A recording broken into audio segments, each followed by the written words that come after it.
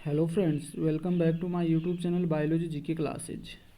हम जीव विज्ञान से संबंधित अति महत्वपूर्ण प्रश्नों की सीरीज देख रहे थे, जिसके अंतर्गत हमने फर्स्ट और सेकंड भाग देख लिए थे, जिसमें हमने लगभग 51 क्वेश्चन देखे थे जो कि व्याख्या सहित थे। इस कारण 300 से 400 क्वेश्चन कवर कर रहे थे। इस वीडियो में हम भाग 3 को देखेंगे, जिसमें लगभग 30 क्वेश्चन देखेंगे। ये क्वेश्चंस बहुत ही अधिक महत्वपूर्ण है और साथ में पीछे जितने भी कंपटीशन एग्जाम हैं उनमें आए हुए क्वेश्चन भी इनमें शामिल किए गए हैं। यह video SSC, railway, Rajasthan police और जितने भी कंपटीशन एग्जाम हैं उन सभी के लिए बहुत ही महत्वपूर्ण है। तो आप मेरे वीडियो को शुरू से लेकर अंत तक ध्यानपूर्वक देखिए, और यदि अभी तक आपने मेरे चैनल को सब्सक्राइब नहीं किया है तो सब्सक्राइब जरूर कर लीजिए। तो आइए शुरू करते हैं। आज का पहला क्वेश्चन है, हीमोफीलिया किस प्रकार का रोग है? ऑप्शन फर्स्ट है आनुवांशिक व लिंग संलग्न रोग, सेकंड है कैल्शियम की कमी से, थर्ड है रुधिर की कमी से, और फोर्थ है इनमें से कोई नहीं। तो इसका सही आंसर हो जाएगा फर्स्ट, यानी कि आनुवांशिक व लिंग संलग्न रोग होता है हीमोफीलिया। इसमें होता क्या है, ये एक आनुवांशिक प्रकार का रोग है। ये आगे आने वाली पीढ़ियों में लगातार होता रहता है, यानी पिता से पुत्र को और पुत्र से आगे फैलता ही रहता है। और इसमें होता क्या है, रुधिर का थक्का नहीं जमता है, लगातार बहता ही रहता है चोट लगने पर। नेक्स्ट क्वेश्चन है, पिता ए रुधिर वर्ग का है, माता बी रुधिर वर्ग की है, तो इनकी संतानों में कौन सा रुधिर वर्ग होगा? तो ऑप्शन फर्स्ट है केवल ए, सेकंड है केवल बी, और थर्ड है केवल ए बी, और लास्ट फोर्थ ऑप्शन है ए बी और ओ, यानी कि चारों ब्लड ग्रुप। तो इसका सही आंसर यही होगा। कैसे निकालते हैं ब्लड ग्रुप, एक बार मैं बता देता हूँ। यानी ब्लड ग्रुप ए और ब्लड ग्रुप बी, तो ए के अंदर दो जीन होती हैं, आई ए आई ओ, और बी में भी दो ही होती हैं, आई बी आई ओ। तो इनका फिर आपस में संकरण करवा दो, तो आई ए आई बी, तो ए बी ब्लड ग्रुप हो जाएगा ये। यानी कि यहाँ पर ए ब्लड ग्रुप है और बी है, तो ये हो जाएगा आई ए आई ओ, यहाँ पे आई बी आई ओ। तो पहले इसका इसके साथ करवा दो, तो ये हो जाएगा आई ए आई बी, इसका इसके साथ करवाएंगे तो आई ए आई ओ। अब ये वाला है, इसके साथ कराएंगे तो आई बी आई ओ, और ये इसके साथ कराएंगे तो आई ओ आई ओ। तो ये फर्स्ट वाला ए बी ब्लड ग्रुप हो गया, फिर सेकंड ए ब्लड ग्रुप हो गया, फिर बी हो गया, फिर ओ हो गया, यानी कि इसमें से चारों ब्लड ग्रुप ही होंगे। इसके लिए मैं एक अलग से वीडियो बना दूंगा ब्लड ग्रुप कैसे निकालते हैं, तो उसमें अच्छे से समझ में आ जाएगा आपके लिए। नेक्स्ट क्वेश्चन है, श्वेत क्रांति के जनक कौन हैं?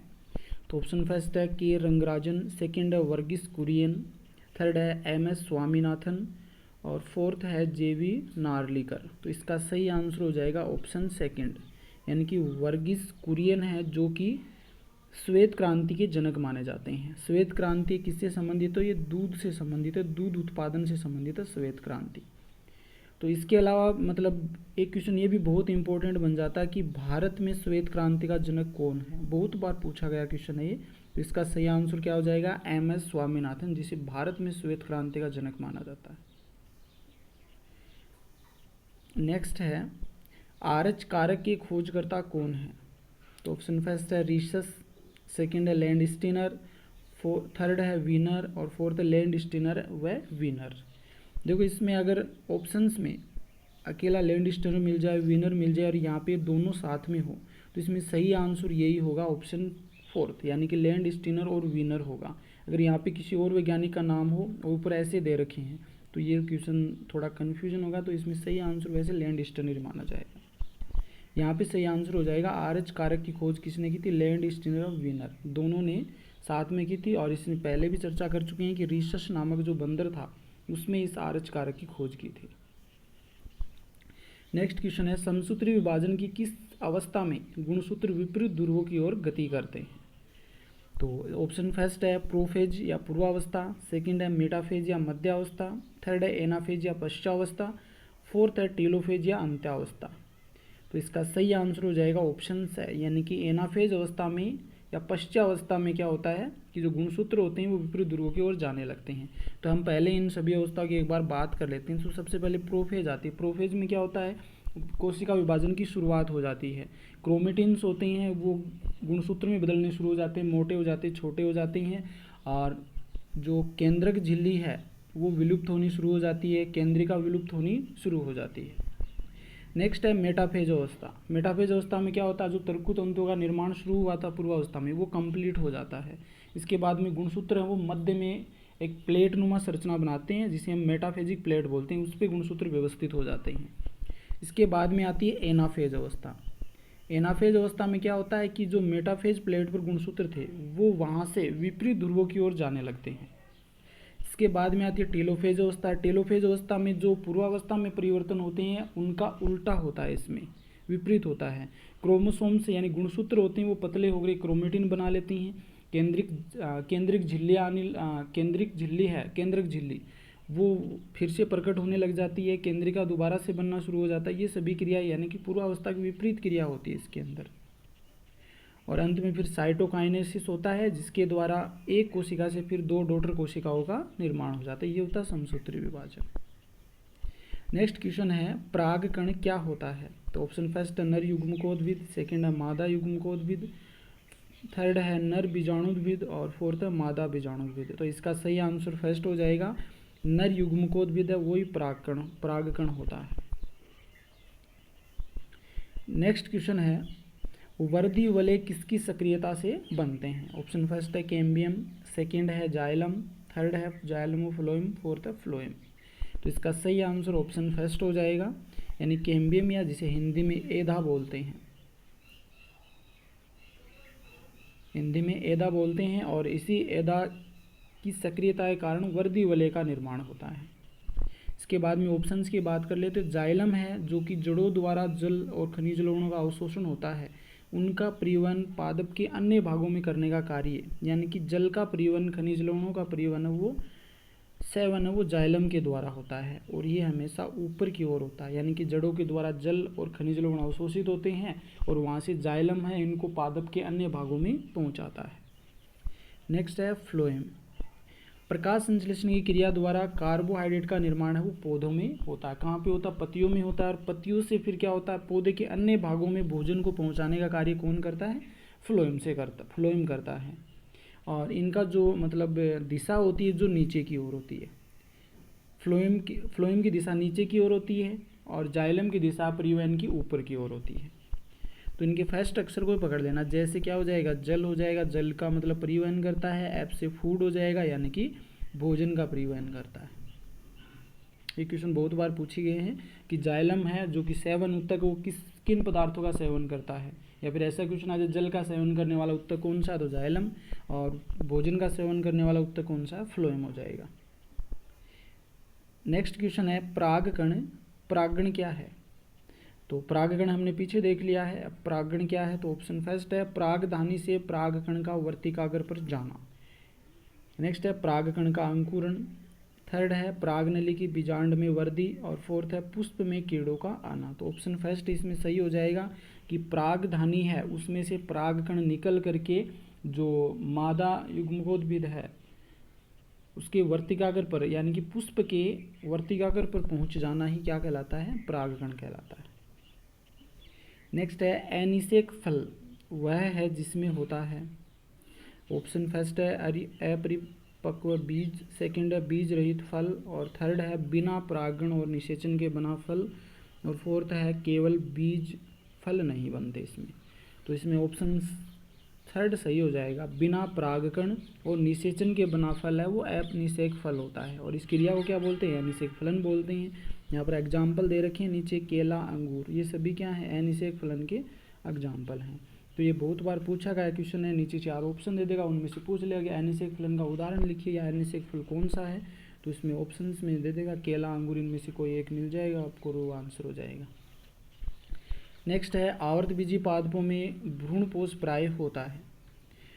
भ्रूणपोष की बात कर रहे हैं इसमें, देखो इसमें 2 ऐसी संरचना बन जाती है, एक तो भ्रूणकोष होता है, अगर भ्रूणकोष पूछे तब तो द्विगुणित हो जाएगा, भ्रूणकोष पूछे तो द्विगुणित हो जाएगा। अब बात कर रहे हैं भ्रूणपोष की, तो देखते हैं आवर्तबीजी पादपों में भ्रूणपोष प्राय होता है। तो ऑप्शन फर्स्ट है अगुणित, सेकंड है द्विगुणित, थर्ड है त्रिगुणित, और फोर्थ है इनमें से कोई नहीं। तो इसका सही आंसर ऑप्शन थर्ड हो जाएगा, त्रिगुणित होता है आवर्तबीजी पादपों में भ्रूणपोष। भ्रूणपोष दोहरे निषेचन के पश्चात विकसित होता है, यानी कि डबल फर्टिलाइजेशन होता है आवर्तबीजी पादपों में। पहला सत्य निषेचन होता है जिसमें नर युग्मक और अंड कोशिका दोनों संयोग करती है और संयोग करके युग्मनज बनाती है, जायगोट बनाती है। फिर त्रिक संलयन होता है इसके बाद में, जिसमें नर युग्मक और ध्रुवीय जो केंद्रक है ये आपस में मिलते हैं और प्राथमिक भ्रूणपोष कोशिका बनती है। यही प्राथमिक भ्रूणपोष कोशिका आगे जाकर के फिर भ्रूणपोष का निर्माण करती हैं। तो ये दोनों निषेचन होते हैं, इस कारण दोहरा निषेचन कहते हैं इसे। और इसकी जो खोज है वो नवास्ची नामक वैज्ञानिक ने की थी। बहुत ही इंपॉर्टेंट क्वेश्चन है ये, कम से कम 3-4 क्वेश्चन यहाँ पे कवर हो रहे हैं आपके। तो नवास्ची नामक वैज्ञानिक था जिन्होंने दोहरे निषेचन की खोज की थी। भ्रूणपोष कैसा होता है? त्रिगुणित होता है। और मैंने अभी बताया था कि भ्रूणकोष आ जाए तो वो होता है द्विगुणित। नेक्स्ट है बीज किससे बनता है? ऑप्शन फर्स्ट है भ्रूण से, सेकंड है भ्रूणकोष से, थर्ड है अंडाशय से और फोर्थ है बीजांड से। तो इसका सही आंसर हो जाएगा ऑप्शन फोर्थ, यानी कि बीजांड से बीज का निर्माण होता है। यानी निषेचन के पश्चात क्या होता है, जो बीजांड होता है वो तो बीज बना लेता है और अंडाशय होता है वो फल बना लेता है। तो इसमें याद रख लेना, अंडाशय के बारे में पूछ लेते हैं कि फल का निर्माण किससे होता है, तो उसका आंसर हो जाएगा अंडाशय। और बीज का निर्माण किससे होता है, तो बीजांड से होता है। नेक्स्ट है सुपारी का खाने योग्य भाग है। सुपारी का खाने योग्य भाग है। ऑप्शन फर्स्ट है भ्रूणपोष, सेकंड है बीज आवरण, थर्ड है मध्य फलवृत्ति और फोर्थ है अंत फलवृत्ति। तो इसका सही आंसर हो जाएगा ऑप्शन फर्स्ट, यानी कि जो भ्रूणपोष होता है सुपारी में वो खाने योग्य होता है। नेक्स्ट क्वेश्चन है इनमें से कौन सा फल नट फल है, यानी कि जो सूखे मेवे बोलते हैं हमें नट फल कौन सा फल, बहुत सारे प्रकार के होते हैं, उनमें इनमें से कौन सा फल है जो नट फल है। तो ऑप्शन फर्स्ट है मूंगफली, सेकंड है सुपारी, थर्ड है अखरोट और फोर्थ है काजू। तो इसका सही आंसर हो जाएगा काजू। काजू होता है जो कि नट फल है। नेक्स्ट क्वेश्चन है नारियल में खाने योग्य भाग होता है। बहुत ही महत्वपूर्ण क्वेश्चन है, ये बहुत बार पूछा जा चुका है। ऑप्शन फर्स्ट है भ्रूणपोष, सेकंड है मध्य फलवृत्ति, थर्ड है अंत फलवृत्ति और फोर्थ है बाह्य फलवृत्ति। तो इसका सही आंसर हो जाएगा भ्रूणपोष। नारियल में भ्रूणपोष होता है जो कि खाने योग्य होता है। नारियल से संबंधित एक क्वेश्चन और आता है कि इनसे कौन सा रेशा प्राप्त होता है, तो एक कोयर नामक रेशा होता है। छोटे छोटे रेशे होते हैं इनमें और उस रेशे को बोलते हैं कोयर। तो कोयर रेशा किससे प्राप्त होता है, नारियल से प्राप्त होता है। ये भी अच्छे से याद रख लेना। नेक्स्ट है आवर्तबीजी पादपों के बीज में होता है। ऑप्शन फर्स्ट है केवल बीज पत्र, सेकेंड है केवल भ्रूणपोष, थर्ड है प्रांकुर और मूलांकुर और फोर्थ है सुप्त भ्रूण। तो ये लास्ट वाला क्वेश्चन ही सही होगा। सुप्त भ्रूण है जो कि आवर्तबीजी पादपों के बीज में पाया जाता है। सुप्त होता है भ्रूण, जैसे ही उसको नमी मिलती है अवशोषित होता है तो वो फिर अंकुरित होना शुरू हो जाता है। नेक्स्ट इस ऑप्शंस की बात कर लेते हैं जो कि बहुत ही इंपॉर्टेंट है, प्रांकुर और मूलांकुर। तो प्रांकुर होता है प्लूमूल बोलते हैं जिसे, जो कि आगे जाकर के तने का निर्माण करता है, प्रोह का निर्माण करता है। तो ऐसा क्वेश्चन बन जाता है बहुत बार कि प्रोह का निर्माण किससे होता है, तो इसका आंसर हो जाएगा प्रांकुर या प्लूमूल से। नेक्स्ट है मूलांकुर या रेडिकल, तो इससे क्या होगा, जड़ का विकास होगा। जड़ों का विकास किससे होता है, मूलांकुर या रेडिकल से। नेक्स्ट क्वेश्चन है मक्का का दाना किस प्रकार का फल है। ऑप्शन फर्स्ट है बीज, सेकंड है वास्तविक फल, थर्ड है भ्रूण और फोर्थ है आभासी फल। तो इसका सही आंसर हो जाएगा ऑप्शन सेकंड, यानी कि वास्तविक फल होता है मक्का का दाना। सत्य या वास्तविक फल किसे कहते हैं, यानी कि वह फल जिसका विकास अंडाशय से होता है, यानी कि वह फल जो अंडाशय से बनता है वो कैसा होता है, वास्तविक या सत्य फल होता है, ट्रू फ्रूट होता है। तो इसके आंसर हो जाएंगे आम, जामुन, इसके अलावा बहुत सारे होते हैं, ये सभी क्या होते हैं, सत्य फल होते हैं, वास्तविक फल होते हैं। अब अवास्तविक या असत्य फल की बात करते हैं, तो वे फल जिनका विकास अंडाशय के अलावा पुष्प के अन्य भाग से होता है, यानी कि अंडाशय से न हो के पुष्प के अलावा जो भाग है उससे होता है, तो वो कौन सा हो जाएगा, असत्य, अवास्तविक या फाल्स फल हो जाएगा, फाल्स फ्रूट हो जाएगा। इसके उदाहरण हैं सेब, नाशपाती, इनका विकास है वो किससे होता है, पुष्पासन से, यानी सेब नाशपाती में जो फल है उसका विकास पुष्पासन से। नेक्स्ट क्वेश्चन है एक सत्य फल होता है। ऑप्शन फर्स्ट है विकसित अंडाशय, सेकंड है विकसित बीजांड, थर्ड है निषेचित एवं विकसित और फोर्थ है निषेचित एवं विकसित बीजांड। तो इसका सही आंसर हो जाएगा ऑप्शन थर्ड, यानी कि निषेचित भी होता है और विकसित भी होता है। नेक्स्ट क्वेश्चन है कटहल में मांसल खाने योग्य भाग है? ऑप्शन फर्स्ट है सहपत्र, सेकंड है सहपत्रक, थर्ड है सहपत्र और परिदल पुंज, और ऑप्शन फोर्थ है परिदल पुंज। तो ऑप्शन इसमें थर्ड वाला सही हो जाएगा, सहपत्र व परिदल पुंज, जो कि कटहल में खाने योग्य भाग होता है। नेक्स्ट क्वेश्चन है, अधिकांश पादप वायरस में आनुवांशिक पदार्थ होता है? बहुत ही इंपॉर्टेंट क्वेश्चन है ये। ऑप्शन फर्स्ट है डीएनए, सेकंड है आरएनए, थर्ड है प्रोटीन और फोर्थ है लाइसोजाइम। बहुत बार पूछा गया क्वेश्चन है, तो इसका सही आंसर है वो हो जाएगा ऑप्शन सेकंड, यानी कि आरएनए होता है, जो कि पादप वायरस में, अधिकांश पादप वायरस में क्या होता है, आनुवांशिक पदार्थ होता है। नेक्स्ट है, वायरस जो होते हैं उनमें सिंगल स्टैंडर्ड आरएनए पाया जाता है? राइबो न्यूक्लिक अम्ल, आरएनए की फुल फॉर्म है ये, और आरएनए की फुल फॉर्म बहुत बार पूछी जा चुकी है, राइबो न्यूक्लिक एसिड। इसके अंदर 4 नाइट्रोजनस क्षारक होते हैं, adenine, guanine, cytosine, uracil. 4 base पाए जाते हैं, 4 नाइट्रोजनस क्षारक पाए जाते हैं आरएनए के अंदर। राइबोसोम पर पाए जाने वाला आरएनए है वो प्रोटीन संश्लेषण में सहायक होता है, यानी कि सामान्यतः आरएनए क्या होते हैं, कोशिका के अंदर जो वायरस होते हैं, पादप वायरस, उनमें आनुवांशिक पदार्थ के रूप में कार्य करते हैं, लेकिन कोशिका में पाए जाने वाले जो राइबोसोम है उन पर जो आरएनए पाए जाते हैं वो प्रोटीन संश्लेषण का कार्य करते हैं।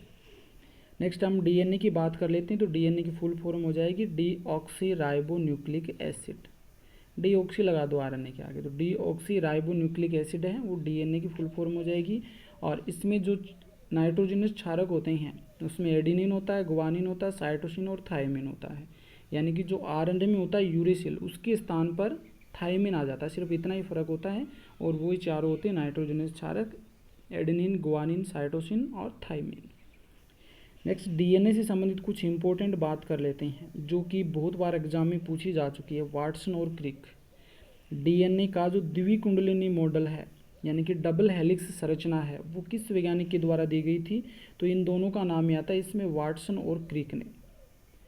वाटसन और क्रिक नामक वैज्ञानिक थे जिन्होंने डीएनए का द्विकुंडलिनी मॉडल, डबल हेलिक्स संरचना प्रस्तुत की थी या प्रतिपादित की थी, और ये 1953 में की थी, और इन्हें 1962 में नोबेल प्राइज़ मिला था।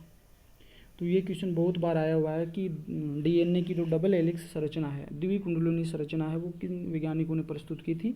तो आंसर हो जाएगा वाटसन और क्रिक। डीएनए आनुवंशिक पदार्थ होता है और इसके सबसे छोटा जो भाग होता है, सबसे छोटा भाग, उसे बोलते हैं जीन। यानी डीएनए का सबसे छोटा भाग है, छोटे से छोटा भाग क्या कहलाता है? जीन कहलाता है। नेक्स्ट बात कर लेते हैं डीएनए फिंगरप्रिंटिंग की खोज करता, तो ये भी बहुत बार पूछा गया क्वेश्चन है। तो डीएनए फिंगरप्रिंटिंग की खोज करता है एलेक जेफरी। एलेक जेफरी हैं जो कि डीएनए फिंगरप्रिंटिंग की खोज करता है, हिंदी में बोलते हैं अंगुली छाप। तो इसके खोजकर्ता कौन है? एलेक जेफरी हैं। जबकि भारत में बात करें तो भारत में है लालजी सिंह। तो ये भी बहुत बार पूछा गया कि डीएनए फिंगरप्रिंट की खोजकर्ता कौन हो गए? एलेक जेफरी हो गए। भारत में पूछे तो डॉक्टर लालजी सिंह हो जाएगा इसका आंसर। डीएनए फिंगरप्रिंटिंग की जो संस्था है वो कहाँ कहाँ स्थापित की गई है? तो हैदराबाद में है, चंडीगढ़ में है और लखनऊ में है। अब जो लास्ट ऑप्शन प्रोटीन की बात कर लेते हैं, तो प्रोटीन की कमी से बच्चों में 2 रोग हो जाते हैं, एक तो क्वाशियोरकोर और एक मरासमस नामक रोग हो जाता है। ये बहुत ही महत्वपूर्ण है। प्रोटीन की कमी से बच्चों में कौन से रोग होते हैं? क्वाशियोरकोर और मरासमस नामक रोग हो जाते हैं।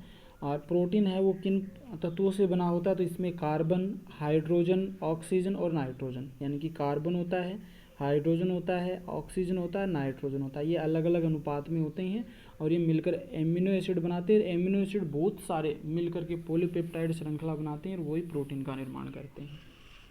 नेक्स्ट क्वेश्चन है, जंतु वायरस में मुख्यतया आनुवांशिक पदार्थ कौन सा होता है? तो पहले हमने पादप वायरस में देख लिया, अब जंतु वायरस की बात करते हैं। तो ऑप्शन फर्स्ट है डीएनए, सेकंड है आरएनए, थर्ड है डीएनए व आरएनए और फोर्थ है डीएनए या आरएनए। तो इसमें ये लास्ट वाले दोनों ऑप्शन हैं ये कंफ्यूज करने वाले हैं, तो इसको अच्छे से देखना। डीएनए व आरएनए नहीं होता, इसमें या तो डीएनए होगा या आरएनए होगा, दोनों में से एक ही पाया जाता है। जंतु वायरस होते हैं उनमें या तो डीएनए होगा या आरएनए होगा, यही आनुवांशिक पदार्थ के रूप में पाया जाता है, जबकि पादप वायरस में आरएनए होता है। नेक्स्ट क्वेश्चन है प्रतिजैविक औषधि अधिकांशतया किससे प्राप्त होती है? ऑप्शन फर्स्ट है जीवाणु से, सेकंड है विषाणु से, थर्ड है शैवाल से और फोर्थ है कवक से। तो इसका सही आंसर फर्स्ट हो जाएगा जीवाणु। सामान्यतः जीवाणु से प्राप्त होती है, लेकिन कुछ कवकों से भी हमें प्रतिजैविक औषधि प्राप्त होती है। तो सही आंसर इसमें जीवाणु हो जाएगा। ऑप्शंस की बात कर लेते हैं। लेमिनेरिया नामक शैवाल जिससे क्या प्राप्त होता है? आयोडीन प्राप्त होता है। बहुत ही इंपॉर्टेंट क्वेश्चन है ये।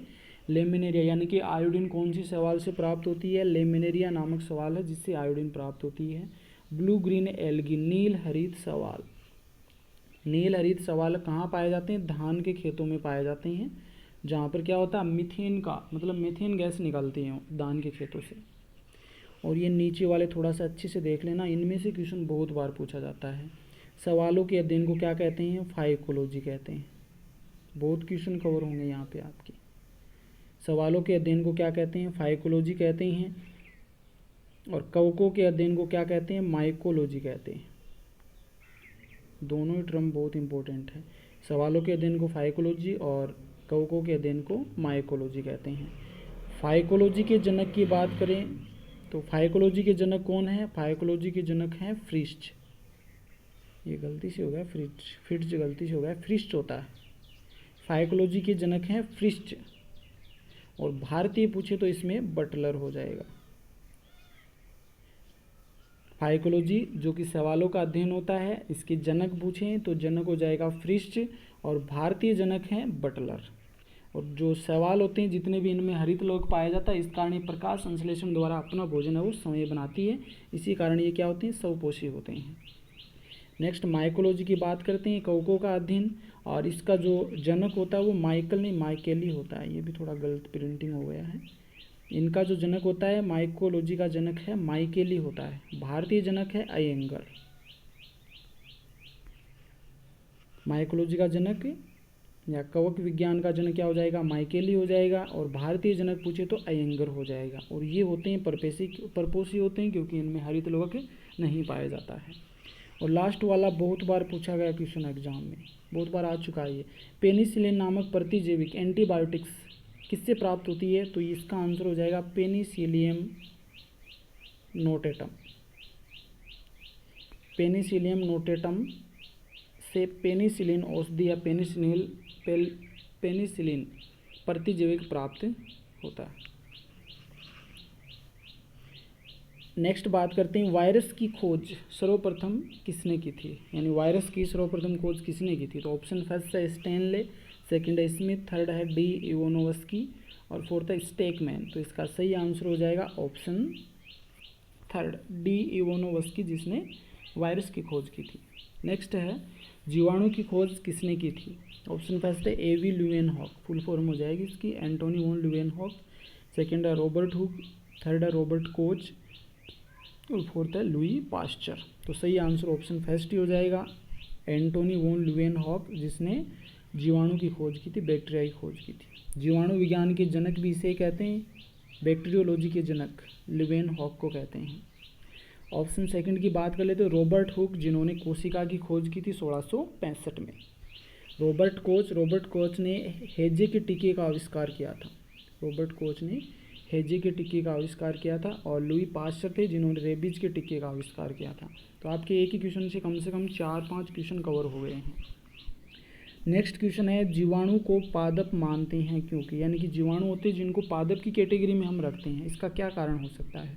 तो ऑप्शन फर्स्ट है दर्द कोशिका भित्ति की उपस्थिति, सेकंड है वे गति नहीं करते हैं, थर्ड है वे सभी जगह पाए जाते हैं और फोर्थ है विखंडन द्वारा जनन करते हैं। तो इसका सही आंसर ऑप्शन फर्स्ट हो जाएगा कि इनमें चारों ओर दृढ़ कोशिका भित्ति पाए जाती है, इस कारण इन्हें पादप कोशिका में रखते हैं। नेक्स्ट है जब एटीपी का परिवर्तन एडीपी में होता है, यानी कि एटीपी है जो एडीपी बनाता है, तो क्या उत्पन्न होता है? तो इस दौरान क्या उत्पन्न होता है? तो ऑप्शन फर्स्ट हार्मोन निकलता है, सेकंड ऊर्जा उत्पन्न होती है और थर्ड एंजाइम उत्पन्न होता है और फोर्थ विद्युत उत्पन्न होती है। तो इसका सही आंसर हो जाएगा ऑप्शन सेकंड, यानी कि ऊर्जा है वो निकलती है जब एटीपी एडीपी में कन्वर्ट होता है। नीचे एक थोड़ा सा फैक्ट दे रखा है कि सर्वाधिक उपापचय दर किसमें पाई जाती है? चूहे में मिलती है। नेक्स्ट क्वेश्चन है उपापचय क्रिया के फलस्वरूप ऊर्जा किस रूप में संग्रह होती है? बहुत इंपॉर्टेंट क्वेश्चन है। यानी कि हमारे शरीर में जब उपापचय क्रिया होती है उसके बाद में जो ऊर्जा निकलती है वो हमारे शरीर में किस रूप में संग्रह होती है। तो ऑप्शन फर्स्ट है पायरुविक अम्ल, सेकंड है एटीपी, थर्ड है एडीपी और फोर्थ है ग्लूकोज। तो सही आंसर इसका सेकंड हो जाएगा, यानी एटीपी के रूप में स्टोर रहती है हमारे शरीर में ऊर्जा। एटीपी की फुल फॉर्म हो जाएगी एडिनोसिन ट्राईफॉस्फेट, एडिनोसिन ट्राईफॉस्फेट इसकी फुल फॉर्म हो जाएगी। और जिसे हम ऊर्जा मुद्रा भी कहते हैं, ये भी बहुत इंपॉर्टेंट क्वेश्चन है और बहुत बार पूछा गया है। शरीर की ऊर्जा मुद्रा किसे कहते हैं, एनर्जी करेंसी किसे कहते हैं, तो कौन सी हो जाएगी, एटीपी को कहा जाता है, एटीपी को ऊर्जा मुद्रा कहते हैं। नेक्स्ट है एडीपी, तो एडीपी की फुल फॉर्म हो जाएगी एडिनोसिन डाईफॉस्फेट, यानी कि जब एटीपी है उस पे से एटीपी से एक फॉस्फेट अणु अगर निकल जाता है तो इसके बाद में निकलने पर एडीपी का निर्माण होता है, जिस कारण इसे हम बोलते हैं एडिनोसिन डाईफॉस्फेट। ऑक्सीजन की अनुपस्थिति में ग्लूकोज का एक अणु टूट करके पायरुविक अम्ल के 2 अणु बनाता है, यानी कि ऑक्सीजन प्रेजेंट होता है और ग्लूकोज का एक अणु टूट करके 2 पायरुविक अम्ल का निर्माण करता है। और ये क्रिया कौन सी होती है, श्वसन के दौरान होती है और ये क्रिया कहलाती है ग्लाइकोलाइसिस, ग्लाइकोलाइसिस क्रिया कहलाती है, श्वसन में होने वाली क्रिया है और ये क्या कहलाती है, ग्लाइकोलाइसिस कहलाती है। ऑक्सीजन के एब्सेंट में होती है ये, यानी ग्लूकोज से 2 पायरुविक अम्ल का निर्माण होता है और क्रिया कहलाती है ग्लाइकोलाइसिस, जिसमें 4 एटीपी का निर्माण होता है, 2 एटीपी खर्च होते हैं और 2 NADPH2 का निर्माण होता है। और कुल इनको मतलब 2 एटीपी खर्च इनको निकाल दें तो 8 एटीपी मुख्यतया इसमें बनती हैं। नेक्स्ट है शरीर के लिए एंजाइम बहुत आवश्यक है, क्योंकि यानी कि ऐसा क्या कार्य करते हैं कि शरीर के लिए एंजाइम की बहुत आवश्यकता होती है। तो ऑप्शन फर्स्ट है शरीर का रचनात्मक भाग है, सेकंड है ऊर्जा उत्पन्न करते हैं, थर्ड है जैव रासायनिक क्रियाओं के उत्प्रेरक के रूप में काम करते हैं और फोर्थ है तंत्रिका क्रियाओं का नियंत्रण करते हैं। तो इसका सही आंसर ऑप्शन थर्ड हो जाएगा, यानी कि जैव रासायनिक क्रियाओं के उत्प्रेरक के रूप में कार्य करते हैं, उन क्रियाओं को बढ़ाने और घटाने का कार्य करते हैं। शरीर की संरचनात्मक एवं क्रियात्मक इकाई कौन सी होती है, तो बहुत बार पढ़ चुके हैं, सभी को आता होगा। तो कोशिका है जो कि हमारे शरीर की संरचनात्मक एवं सूक्ष्मतम संरचनात्मक एवं क्रियात्मक इकाई होती है। इसके अलावा कार्बोहाइड्रेट, वसा, प्रोटीन शरीर को ऊर्जा प्रदान करने वाले पदार्थ होते हैं। अगर इनमें भी ऐसा क्वेश्चन पूछ ले कि ऊर्जा का क्रम पूछ ले कि सबसे अधिक ऊर्जा किससे प्राप्त होती है, तो वसा से सबसे अधिक ऊर्जा प्राप्त होती है, लगभग 9 कैलोरी ऊर्जा। सेकंड फिर आ जाएगा प्रोटीन से अधिक ऊर्जा प्राप्त होती है और इसके बाद में कार्बोहाइड्रेट। तो सबसे अधिक ऊर्जा किससे प्राप्त होती है, वसा से होती है, इसके बाद में प्रोटीन और उसके बाद में कार्बोहाइड्रेट। कार्बोहाइड्रेट से सबसे कम ऊर्जा प्राप्त होती है, लेकिन हमारे शरीर में सामान्यतः सबसे पहले ऊर्जा किससे प्राप्त होती है, तो सबसे पहले कार्बोहाइड्रेट से होती है, लगभग 4.5 कैलोरी की समथिंग। और प्रोटीन हमारा शरीर क्या होता है, वो ऊतक वगैरह हैं, कोशिकाएं, ये सभी प्रोटीन से बनी होती हैं। इसी कारण से बॉडी बिल्डिंग मटेरियल कहा जाता है प्रोटीन को, यानी कि निर्माणकारी पदार्थ। शरीर का निर्माणकारी पदार्थ किसे कहते हैं, तो वो प्रोटीन को कहते हैं। नेक्स्ट तंत्रिका क्रियाओं पर नियंत्रण का कार्य, ये लास्ट वाला ऑप्शन है, तंत्रिका क्रियाओं पर नियंत्रण का कार्य वो मस्तिष्क और मेरुरज्जु के द्वारा होता है, मस्तिष्क और मेरुरज्जु के द्वारा है तंत्रिका क्रियाओं का नियंत्रण होता है। नेक्स्ट क्वेश्चन है श्वसन क्रिया में ग्लूकोज के पूर्ण अपघटन से कितने एटीपी अणु प्राप्त होते हैं, यानी कि जब श्वसन की क्रिया होती है उस दौरान जब ग्लूकोज का पूर्ण विखंडन होता है उसके दौरान कितने एटीपी अणु हमें प्राप्त होते हैं। तो इसका सही आंसर हो जाएगा ऑप्शन फर्स्ट है 11, सेकंड है 12, थर्ड है 36, तो लास्ट वाला सही हो जाएगा 38। तो कई बुकों में 36 भी मिलता है, लेकिन सही आंसर इसका 38 होगा। 36 होगा ये उसकी एक कंडीशन अलग होती है, क्योंकि इसमें 2 पाथ पाए जाते हैं, उन अलग अलग पाथों में गुजरने के कारण क्या होता है 36 एटीपी बनते हैं और अलग गुजरने से 38 एटीपी बनते हैं। लेकिन सही आंसर इसका ज़्यादा सूटेबल कौन सा हो जाएगा, 38 एटीपी होगा। श्वसन की क्रिया में ग्लूकोज की पूर्ण विखंडन से 38 एटीपी का निर्माण होता है। नेक्स्ट है प्रोटीन की इकाई है, यानी प्रोटीन किससे मिलकर बनते हैं, तो ऑप्शन फर्स्ट ग्लूकोज से, सेकंड फ्रक्टोज से, थर्ड है एमिनो एसिड से और फोर्थ है न्यूक्लियोटाइड से। तो इसका सही आंसर हो जाएगा ऑप्शन थर्ड, यानी कि एमिनो अम्ल से प्रोटीन का निर्माण होता है। ग्लूकोज और फ्रक्टोज जो कि कार्बोहाइड्रेट हैं, और न्यूक्लियोटाइड है जो डीएनए की इकाई होती है। डीएनए न्यूक्लियोटाइडों से बनी होती है, डीएनए और आरएनए। नेक्स्ट है ग्लाइकोलाइसिस में परिवर्तन होता है। किसका परिवर्तन होता है ग्लाइकोलाइसिस में? तो पहला ऑप्शन है प्रोटीन ग्लूकोज में, ग्लूकोज फ्रक्टोज में, स्टार्च ग्लूकोज में, और फोर्थ है ग्लूकोज पायरुविक अम्ल में। तो ये हमने अभी पीछे देखा है 2-3 क्वेश्चन पहले। तो सही आंसर क्या हो जाएगा? ग्लूकोज जब वो पायरुविक अम्ल में परिवर्तित होता है, एक ग्लूकोज का अणु है वो 2 पायरुविक अम्ल के अणु बनाता है। नेक्स्ट है कोशिका में प्रोटीन संश्लेषण कहाँ होता है? तो ऑप्शन फर्स्ट है माइटोकॉन्ड्रिया में, सेकेंड है केंद्रक में, और थर्ड है राइबोसोम में, और फोर्थ है केंद्रिका में। केंद्रिका में। तो इसका सही आंसर हो जाएगा ऑप्शन थर्ड, यानी कि राइबोसोम है उसमें प्रोटीन का संश्लेषण होता है।